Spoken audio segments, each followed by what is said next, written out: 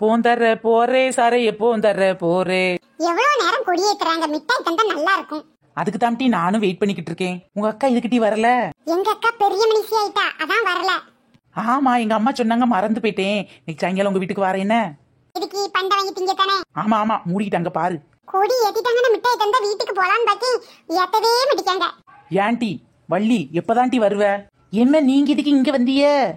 வேற ஒண்ணும் இல்லட்டி, உங்க ஸ்கூல்ல கொடியேத்தாங்கல்ல, இதை பாத்துக்கிட்டே நின்னோம்னா கடைசியா எனக்கு ஒரு ஆரஞ்சு மிட்டாய் தருவாங்கல்ல, அதுக்கு தாம்டி. அது சரி, அப்ப நின்னுங்க. ராணிக்கா, இங்க என்ன பண்ணுதியா நீங்க? உன்னை பார்த்தேன்டி, அதான் வந்தேன். ஆமா, பள்ளிக்கூடத்துல நீ என்னடி பண்ணிக்கிட்டு இருக்க?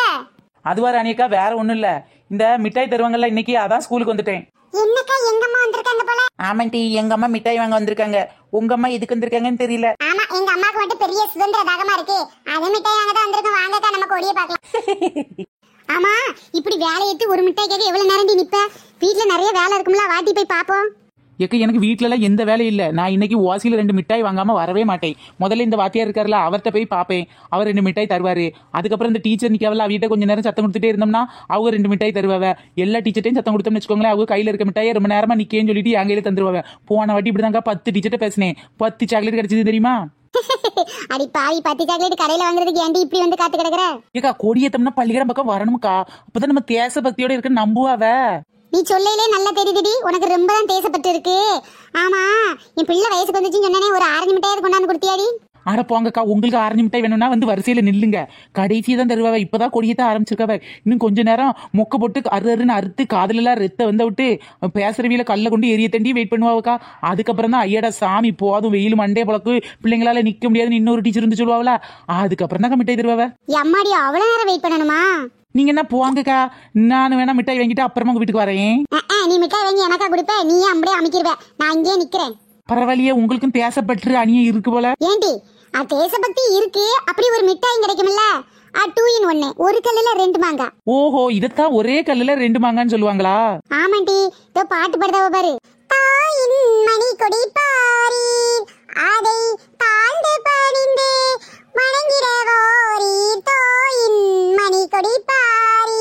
ஓங்கி வேலிருந்ததோர் கம்பம், அதன் உச்சியின் மேல் 3 வண்ணங்களோடு பட்டொளி வீசி பறக்குது பாரீர், தாயின் மணிக்கொடி பாரீர். பாத்தியாடி, நம்ம பிள்ளைய எம்பிட்டு அழகா பாடுதுன்னு. ஏக்கா, பள்ளிக்கூடத்துல பாடும்போது நான் தாங்க பின்னாடி வரிசையில நிப்பேன். தெரியுது, 7 அடி உயரத்துல இருந்தனா முன்னாடி விட்டா ஒருத்தருக்கும் தெரியாதுல்ல, அதான் பின்னாடி கொண்டே விட்டுருப்பாங்க. குழந்தைகளே, இன்னைக்கு நம்ம பள்ளிக்கூடத்துல சுதந்திர நாள். சார், இது சுதந்திர நாள் இல்ல சார், குடியரசு நாள் சார். ஐயோ, மாத்தி சொல்லிட்டேனா?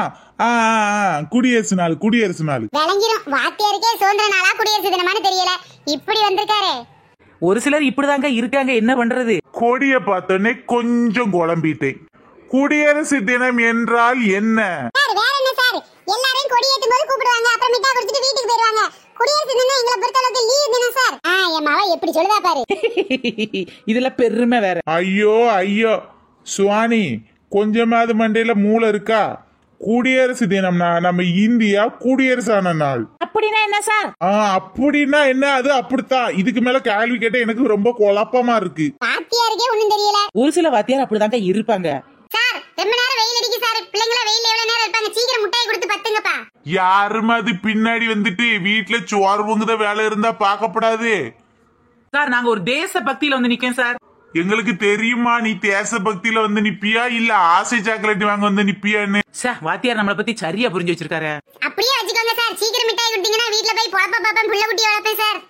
டீச்சர், முதல்ல அவங்களுக்கு எல்லாம் முட்டாயை கொடுத்து பத்துங்கம்மா.